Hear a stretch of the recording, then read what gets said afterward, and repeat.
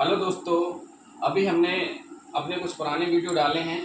आपको इस नए वीडियो को देखने के लिए, समझने के लिए उन वीडियो का देखना ज़रूरी है। अब हम आपके सामने लेकर के आ रहे हैं लेखांकन सूचनाओं के प्रकार व उनकी आवश्यकता है। अब बात आती है लेखांकन के बारे में ही चल रहा है। लेखांकन मतलब अब आप अपने आप को एक व्यवसाय समझ लीजिए कि आप एक बिजनेस चला रहे हैं, आप उसके ऑनर हैं। तो उसमें आप कैसे लेखांकन सूचनाओं का उपयोग करेंगे, उनकी कहाँ-कहाँ में आवश्यकता होती है और लेखांकन सूचनाओं के प्रकार क्या-क्या होते हैं, किस-किस स्तर पे कैसे-कैसे हमें इनका उपयोग करना है। तो सबसे बात आती है कि भाई इनकी आवश्यकता हमें क्यों पड़ती है। हर एक वित्तीय वर्ष में हर एक वित्तीय वर्ष में हमें ये पता चलता है कि हमारी स्थिति क्या है, आखिर हमारा व्यवसाय किस तरफ जा रहा है, लाभ की तरफ कि हानि की तरफ। तो हम सबसे पहले पढ़ते हैं लेखांकन सूचनाओं के प्रकार में नंबर 1 है लाभ, हानि या आधिक्य की सूचना। यहाँ दो चीजें आ रही, लाभ हानि और दूसरा आधिक्य की सूचना। लाभ हानि यानी ऐसी संस्थाएं, ऐसे व्यवसाय, ऐसे उद्योग, ऐसे फर्म जिनका उद्देश्य लाभ कमाना है, उन व्यवसायों की जानकारी कैसे पता चलेगी हमें। लेखांकन सूचनाओं से हमें पता चलेगा उन व्यवसायों में कि लाभ हो रहा है कि हानि हो रहा है। दूसरी बात, आधिक्य आधिक्य से संबंधित उनका रहता है ऐसे व्यवसाय या ऐसे उद्यम या ऐसी संस्थाएं, गैर व्यापारिक संस्थाएं कह सकते हैं, जिनका उद्देश्य लाभ कमाना नहीं होता है। तो उसमें जब लाभ होता है तो उसको आधिक्य बोला जाता है, जब हानि होता है तो उसको कमी बोला जाता है। तो उन सब की जानकारी हमें कैसे मिलेगी, ये सब लेखांकन से होता है। लेखांकन यानी रिकॉर्ड से। तो ये चाहे वो गैर व्यापारिक संस्थाएं हो चाहे व्यापारिक संस्थाएं हो, दोनों में लेखांकन सूचनाओं का महत्व है। लेखांकन सूचनाओं से व्यापारिक संस्था से पता चलता है कि आखिर सकल लाभ सकल हानि, और उसमें भी फिर शुद्ध लाभ शुद्ध हानि निकलती है। तो सकल लाभ क्या होता है, सकल हानि क्या होती है, शुद्ध लाभ शुद्ध हानि क्या होती है, हम आगे बताएंगे। और गैर व्यापारिक संस्थाएं जो होती हैं, जब पूंजी जाती है या जब पूंजी से ज़्यादा हमें लाभ प्राप्त होता है या हानि की स्थिति होती है, तो क्या स्थिति बनती है, लाभ प्राप्त होने पर अधिक होता है और हानि पर कमी होती है। ये हो गया आपका पहला पॉइंट। दूसरा है वित्तीय स्थिति से संबंधित सूचना। जो लेखांकन की सूचनाएं है वो किससे संबंधित होती है, information related to financial position. और फाइनेंशियल पोजीशन किस में डिपेंड करती है, कंपनी की स्थायी संपत्ति पर डिपेंड करती है। कंपनी की स्थायी संपत्ति के साथ साथ चालू संपत्ति। अब आपको समझना पड़ेगा स्थायी संपत्ति क्या होती है, चालू संपत्ति क्या होती है। स्थायी मतलब जिनको हम मूव नहीं कर सकते, जैसे कि कह सकते हैं बिल्डिंग एक प्रकार से स्थायी संपत्ति हो गई। और चालू संपत्ति जो एक दूसरे से जा चल रही है, यानी कि जिनको आप सेल कर सकते हैं, वो चालू संपत्ति में आ जाती है। अब बात आती है कि इसके बारे में जानकारी, तो ये जो वित्तीय स्थिति है ये आपकी बताती है आपकी स्थायी संपत्ति की स्थिति क्या है और चालू संपत्ति की स्थिति क्या है। ये कब होता है, जब हमें सूचना इसके संबंध में प्राप्त होती है, तभी हम पता कर पाते हैं कि भाई आपकी स्थिति क्या है। तो लेखांकन सूचनाओं में कह सकते हैं जो वित्तीय स्थिति से संबंधित सूचनाएं होती है, वो कंपनी की स्थायी और चालू संपत्ति की सूचनाएं देती हैं, उनके बारे में जानकारी प्रदान करती हैं। रोकड़ प्रवाह की सूचना। रोकड़ प्रवाह मतलब ये मत सोचिए कि बहना। प्रवाह मतलब क्या, ये होता है कि आखिर आपकी कंपनी में रोकड़ का स्तर कैसा है, कहाँ कहाँ खर्च हुआ है, कहाँ कहाँ से रुपया आया है। तो ये रोकड़ प्रवाह है। रोकड़ प्रवाह मतलब ये हुआ कि जो कैश है आपकी कंपनी में वो कहाँ से आ रहा है और कहाँ जा रहा है। तो ये जानकारी कहाँ से मिलती है, लेखांकन से। लेखांकन की जो तीसरी पहलू है रोकड़ प्रवाह, ये हमको जानकारी देती है कि भाई कंपनी में कैश कितना है, कहाँ से आ रहा है और किन किन मदों में खर्च किया गया, किन किन मदों से हमें प्राप्त हुआ है। तो भाई ये तो हुआ लेखांकन सूचनाओं के प्रकार। नंबर 1 लाभ हानि, नंबर 2 वित्तीय स्थिति से संबंधित सूचना, नंबर 3 रोकड़ प्रवाह से संबंधित सूचना। अब बात करते हैं लेखांकन सूचना। जो ये लेखांकन सूचना है, इनका प्रयोग यानी उपयोगकर्ता कैसे, आंतरिक उपयोगकर्ता और बाह्य उपयोगकर्ता। आंतरिक उपयोगकर्ता में कौन कौन किसके लिए उपयोगी है, स्वामी, प्रबंधन, कर्मचारी। अब आंतरिक यानी व्यवसाय के अंदर वाले। तो व्यवसाय के अंदर वाला कौन होगा, एक जो व्यवसाय चला रहा है वो, और एक प्रबंधन और एक कर्मचारी। स्वामी के लिए कैसा होगा, देखो कोई भी बिजनेस एक रिस्क होता है, जोखिम होता है, भविष्य की अनिश्चितताओं पर निर्भर करता है। मतलब इतना रिस्क होता है, कल की डेट में आपका व्यवसाय चल भी सकता है, नहीं भी चल सकता है, प्रॉफिट हो भी सकता है, नहीं भी हो सकता है। तो एक प्रकार से जोखिम है जो लेखांकन की सूचनाएं रहती हैं उस रिस्क को बताती हैं कि आखिर हमें इसमें रिस्क लेना चाहिए कि नहीं लेना चाहिए, हमें इस कंपनी में इन्वेस्ट करना चाहिए कि नहीं करना चाहिए। अभी हमने देखा है बहुत सी कंपनियां डूब गई, बहुत सी कंपनियां दिवालिया घोषित कर लिया, अभी अडानी कंपनी में भी नुकसान हुआ था।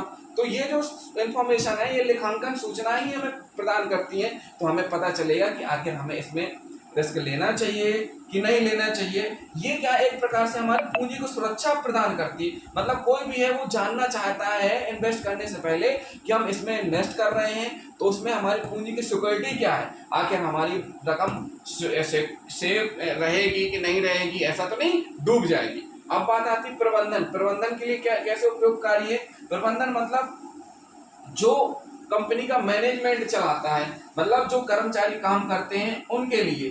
तो सबसे पहली बात है कि ये लेखांकन से सूचना, अगर आपकी कंपनी में जो अंदर का मैनेजमेंट है वो तभी मजबूत रहेगा जब आपके पास डाटा आपका मजबूत रहेगा। तो जो भी लेखांकन यानी रिकॉर्डिंग, जो भी आपका डाटा एनालिसिस है, जो भी आपका कंपनी से लेखा जोखा है, वो अगर मजबूत है तो आपका व्यवसाय अच्छे से संचालित होता रहेगा। अब ये कर्मचारियों से के लिए कैसे हैं? कर्मचारियों के लिए ऐसे हैं कि जो भी कंपनी में कर्मचारी हैं उनका लाभार्जन संबंधी सूचनाओं में ज्यादा हित होता है, मतलब उनका हित रहता है। हित कैसे रखता है? अगर कंपनी अच्छा कर रही है तो उनको लगेगा अब तो हमारा बोनस बढ़ेगा, अब तो हमारी वेतन बढ़ेगी, अब हमारे अच्छे दिन आएंगे, अच्छे भत्ते मिलेंगे। तो ये हुए आंतरिक उपयोगकर्ता। आंतरिक उपयोगकर्ताओं में स्वामी, प्रबंधन और कर्मचारी, उनके लिए लेखांकन की सूचनाएं बहुत अहम रोल करती हैं। अब बात आती है बाह्य। बाह्य में कौन हो रहा है? लेनदार। लेनदार यानी कि कह सकते हैं, देखिए लेनदार हुआ, बैंक हुआ, निवेशकर्ता हुआ, सरकार हुई, उपभोक्ता, समाज। अब बात आती है लेनदार। लेनदार वह व्यक्ति होता है जो व्यवसाय को ऋण प्रदान करता है, मतलब हमारी कंपनी को ऋण दिया है सामने वाले ने, तो वो कब देगा लोन? जब उसको पता रहेगा कि आप उसका लोन वापस कर पाओगे।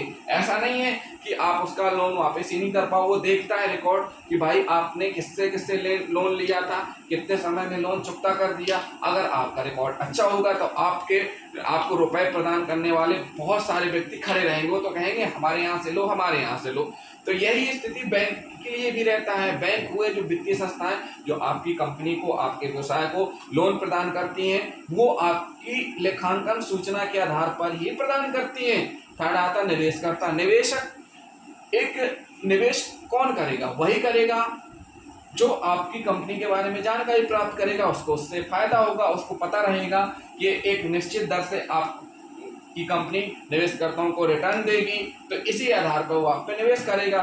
सरकार भी भाई देखती है आपकी कंपनी, आपके व्यवसाय, आपके उद्यम के लेखा जोखा को, तभी तो, क्योंकि सरकार का भी हित रहता है। राष्ट्रीय आय का जो बढ़ना, राष्ट्रीय आय का निर्धारण इन्हीं सब में जानकारियों से होता है कि उद्यम की स्थिति क्या है, उसी आधार पर वो आकलन करते हैं कि राष्ट्रीय आय किस स्तर पर है। अब राष्ट्रीय आय के बारे में हम आगे चल के पढ़ेंगे, डिटेल में हम बताएंगे। अब बात आती है उपभोक्ता। उपभोक्ता, कोई भी उपभोक्ता हो, ये चाहेगा कि उसको अच्छी कम कीमत पर अच्छा माल मिले, तो उसको कम कीमत पर अच्छा माल मिले, इसकी जानकारी कैसे मिलेगी? लेखांकन सूचनाओं से ही मिलेगी। तो आपकी कंपनी से कोई माल क्यों खरीदे, आपकी कंपनी से कोई सामान क्यों खरीदे? वो तब खरीदेगा जब आप उसको माल अच्छा देंगे, कम कीमत पर देंगे और अधिक रुपए नहीं लेंगे। तो ये हो गया उपभोक्ता। समाज आपसे क्या अपेक्षा करता है? समाज आपसे अपेक्षा करता है कि भाई आप जहां पर भी व्यवसाय चालू करें, प्रदूषण ना फैले, अव्यवस्था ना फैले, कोई बीमारी ना फैल पाए। साथ ही साथ समाज ये भी आपसे अपेक्षा करता है कि आप समाज को रोजगार प्रदान करें और समाज को अच्छी गुणवत्ता वाली वस्तुएं उपलब्ध कराएं। ये चीजें कैसे पता कर पाएंगे? ये लेखांकन सूचना, जो लेखांकन मेंटेन करते हैं, वो दिखाते हैं कि हाँ, हमने पॉल्यूशन को ऐसे कंट्रोल करके रखेंगे, हम इतने रोजगार देंगे, हमारी ऐसी ऐसी चीजें दी हैं, पहले हमने इतना किया। तो जो भी है ये बाह्य के लिए जरूरी है। तो जो लेखांकन सूचना है वो बाह्य समाज के लिए कैसे उपयोगकारी है कि उससे समाज का क्या भला होगा, ये तो समाज को कैसे पता चलेगा? आपकी सूचनाओं के आधार पर, पूर्व के किए गए कार्यों के आधार पर। अब बात आती है लेखांकन सूचना की गुणवत्ता के तत्व। जो लेखांकन सूचना है उसकी गुणवत्ता के तत्व, तो गुणवत्ता के तत्व में सबसे मेन बात आती है विश्वसनीयता आती है, फिर आती है संबंधता। विश्वास ने आप पर आदमी विश्वास क्यों करें? संबद्धता, विश्वसनीयता, सामायिकता, तुलनात्मकता, बोधगम्यता। अब बात आती है संबद्धता। लेखा पुस्तकों के वित्तीय विवरणों से प्रकट होता है कि सूचनाओं में जो संबंध है एक होना चाहिए। लेखक जो भी लेखांकन की सूचना है वो एक दूसरे से रिलेवेंट होना चाहिए, अलग अलग नहीं होना चाहिए। उनमें जो क्वालिटी है वो दर्शित करें, उनका स्पष्ट रूप से विवरण वित्तीय स्टेटमेंट में होना चाहिए। विश्वसनीयता, सीधी सी बात है, आप जो लेखांकन की सूचना है वो एक प्रकार से विश्वसनीय होनी चाहिए, यानी वो अपने आप में प्रमाणित होनी चाहिए। वो ऐसी सूचनाएं होनी चाहिए कि बिना किसी भेदभाव के तैयार की जानी चाहिए, जिन पर किसी प्रकार का भेदभाव नहीं किया गया। और ये जो सूचनाएं होती हैं वो सूचनाएं ऐसी होनी चाहिए कि उनका उद्देश्य किसी को हानि या लाभ पहुंचाना नहीं होना चाहिए, निष्पक्ष रूप से तैयार की जानी चाहिए। अब बात आती है सामायिकता की। अब सामायिकता से आशय क्या होता है? सामायिकता से आशय है कितनी शीघ्रता या कम समय के अंदर लेखांकन सूचनाओं के उपयोगकर्ताओं को सूचनाएं प्राप्त होती हैं। भाई टाइमलाइन, आपका जो टाइमलाइन जल्दी से जल्दी, मतलब सीधी सी बात है, सूचनाएं उपयोगकर्ताओं को प्राप्त होनी चाहिए। यदि सूचनाएं बहुत देरी से, बहुत पुरानी सूचनाएं प्रदान की जाती हैं तो सूचना निर्णय लेने हेतु कम उपयोगी मानी जाती है। मतलब सीधी सी बात है, सूचनाएं करेक्ट होनी चाहिए और रिलीवेंट होनी चाहिए, पुरानी नहीं होनी चाहिए, ताकि सामने वाला आपकी सूचनाओं के आधार पर निर्णय ले सके। तुलनात्मकता, तुलनात्मकता का मतलब ये हुआ कि भाई तुलना ऐसे हो जाती है कि 2021 में आपका टर्नओवर क्या था, 2022 में क्या है, तो तुलना करते हैं भाई व्यवसाय किस तरफ जा रहा है, बढ़ रहा है कि घट रहा है। तो अगर तुलनात्मक सूचनाएं मिल जाती हैं तो वो सामने वाला जो भी इन्वेस्टर है वो आसानी से डिसीजन ले पाता है कि भाई उसको करना क्या है, इन्वेस्ट करें कि ना करें। अब बात आती है बोधगम्यता।